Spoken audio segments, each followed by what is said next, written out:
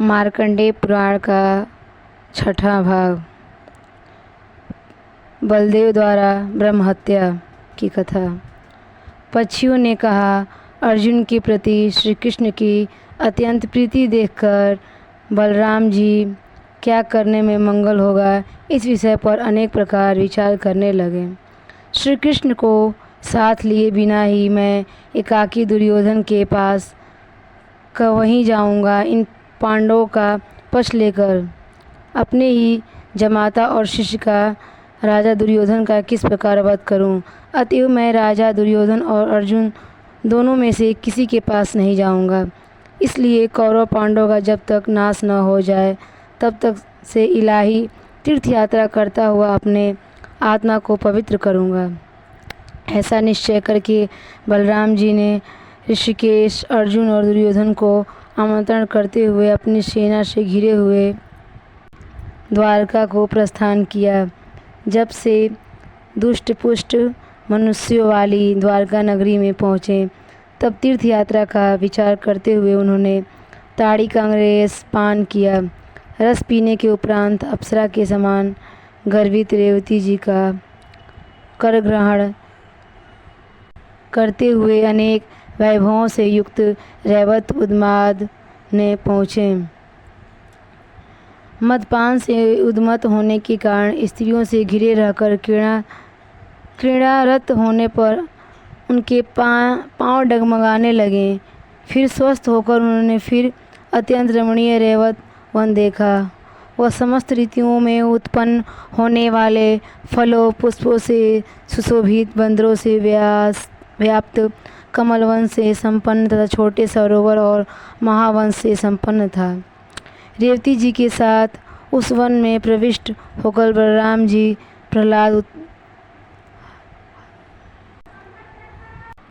औलाद उत्पन्न करने वाले तथा कानों को सुख देने वाले विभिन्न प्रकार के पशु पक्षी का मधुर गूंजन सुनने लगे। वहाँ वृक्षों में सब ऋतुओं में फल लगे हैं। उन वृक्षों पर प्रसन्न पक्षी चहचहा रहे हैं तथा सभी ऋतुओं के पुष्प प्रफुल्लित हो रहे हैं और सभी रंगों के फल शोभा दे रहे हैं। आम, अमरातक, नारियल, बिंदु, बेल, अंजीर, अनार, नींबू, कटहल, बरहड़, मोचरस, कदम, पारवत, कोल, नलिनी, अम्ब, बेत, बिलाचा, तिल, तेंदू, दिहोट, करौंदा, हरड़, बहेरा, वहाँ इन सब वृक्षों का बलराम जी ने देखा तथा अशोक, पुन्नाग, केतकी, मौलश्री, चंपा, कनेर, सप्तवर्ण, परिजात, मालती, कोविदार, मांदर, बैर, पाटेल, देवदार, सेखुआ, ताल, तमाल, पलास और वंजुल आदि उत्तमोत्तम फल पुष्पों से उत्पन्न वृक्षों से वह वन सुशोभित है। उन वृक्षों पर चकोर, जातपत्र, भृंगराज, शुक्र, सारिका, कोकिला, रैल, जीविक, प्रियपुत्र तथा चातक आदि विभिन्न प्रकार के पशु पक्षी सुनने में मनोहर शब्द करते हुए इन सब वृक्षों की शाखाओं के आश्रय में निवास करते हैं। इस रैवतक वन में स्वच्छ जल वाले सुशोभित हैं, जिन्हें देखते ही चित्त प्रसन्न होता है। कुमुद, पुंडरीक, नील, पद्मा, कहवार और कमल आदि पुष्पों से सर्वत्र शोभायमान तथा कलहंस, चंदवा और जल कुक्कुट, पलाश, हंस तथा कांडव आदि जलचर आदि के सहित अत्यंत सुशोभित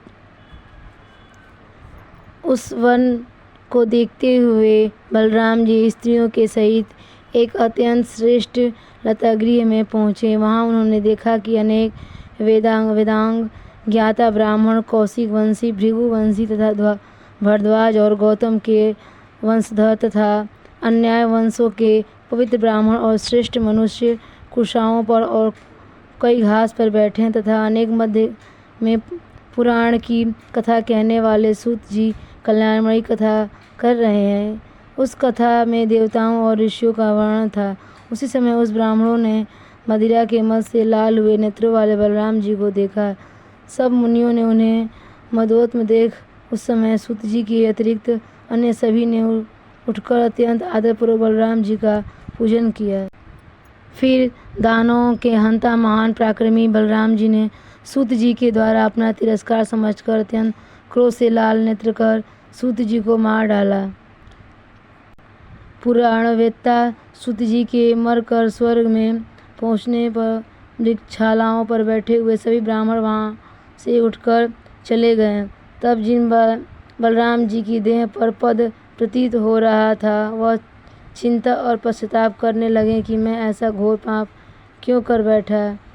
मैंने जिस सूत जी को मारा वह ब्रह्म स्थान को प्राप्त हुए और सभी ब्राह्मण मुझे देखते ही चले जाते हैं। मेरे देह से असुर तत्व प्रदमित करने वाले लौह तुल्य गंध निकल रही हैं और आत्मा की ब्रह्म हत्या से उत्पन्न पाप से कलुषित प्रतीत होती है। अरे अरमश, मुझे धिक्कार है। अरे मद, तुझे भी धिक्कार है। अत्यंत सम्मान और साहस को भी धिक्कार है, क्योंकि इन्हीं के वंशीभूत होकर मैंने ऐसा घोर पातक कर बैठा। अब तक इस ब्रह्म हत्या से उत्पन्न महापातक को दूर करने के लिए 12 वर्ष तक व्रत करता हुआ अपने पापों को सर्वत्र विख्यात करने इसका प्रायश्चित करूँगा, अथवा जिस तीर्थ यात्रा का जो उद्यम मैं कर रहा हूँ उसी यात्रा में प्रतिलोमा सरस्वती में जाऊँगा। हे मनु, ऐसा कहकर यदुकुल धनुधर बलराम जी प्रतिला सरस्वती को जाकर प्राप्त हुए। अब तुम्हारे प्रति पांडव पुत्रों का वृतांत कहते हैं, इसे श्रवण करो।